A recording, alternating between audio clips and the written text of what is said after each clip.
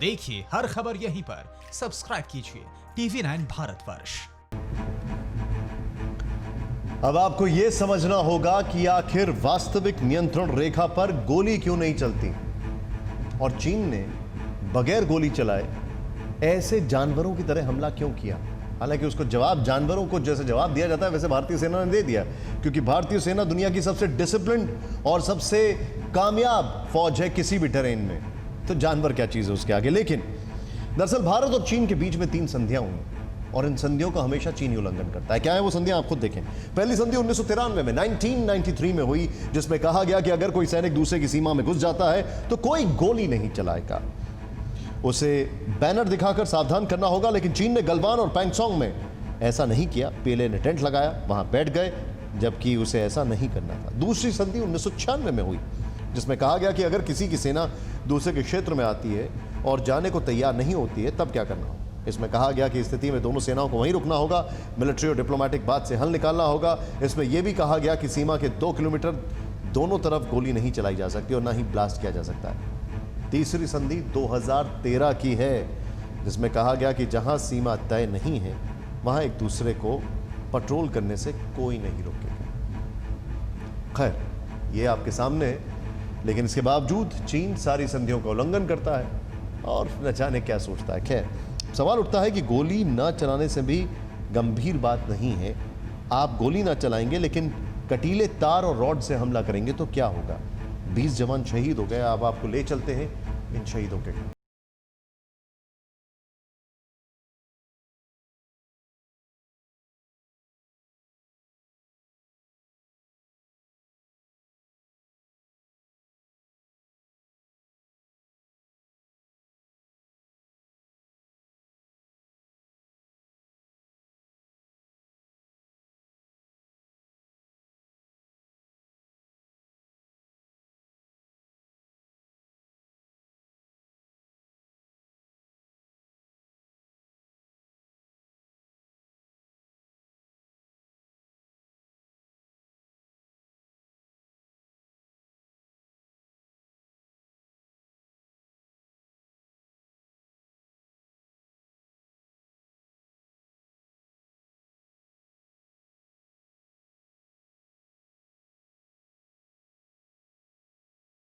को इस बलिदान पर गर्व है।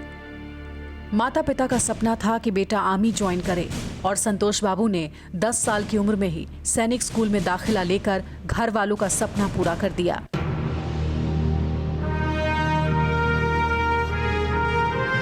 अब उन्होंने एक कर्नल की हैसियत से सीमा पर तिरंगा नहीं झुकने दिया है।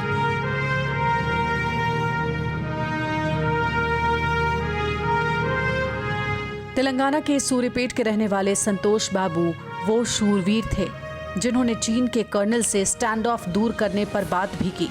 उसके बाद पीठ पर चीन का खंजर भी सहा।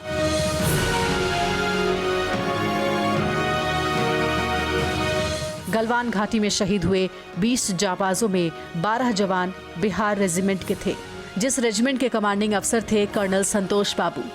LAC पर सिख रेजिमेंट के 3 जवानों ने शहादत दी।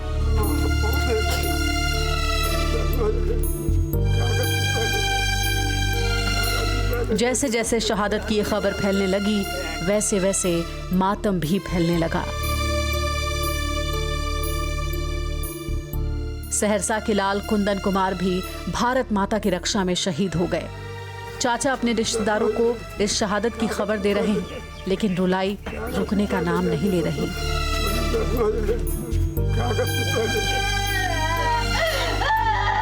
ये मातम छत्तीसगढ़ के कांकेर में पसरा है, जहां जवान गणेश राम गुंजान की शहादत की खबर पहुंची है।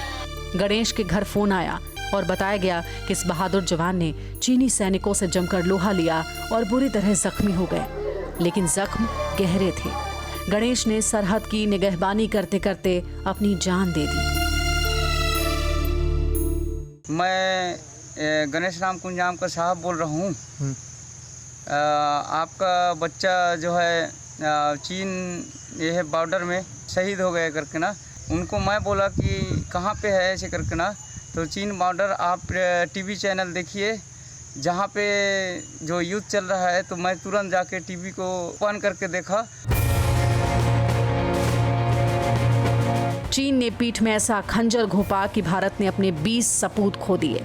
देश के हर कोने से देश की रक्षा करने गए ये जवान अब इस दुनिया में नहीं हैं, लेकिन उनकी हिम्मत और जज्बा हमेशा हर भारतीय के दिल में जिंदा रहेगा, इस उम्मीद के साथ कि भारत इस शहादत का चीन से बड़ा बदला लेगा।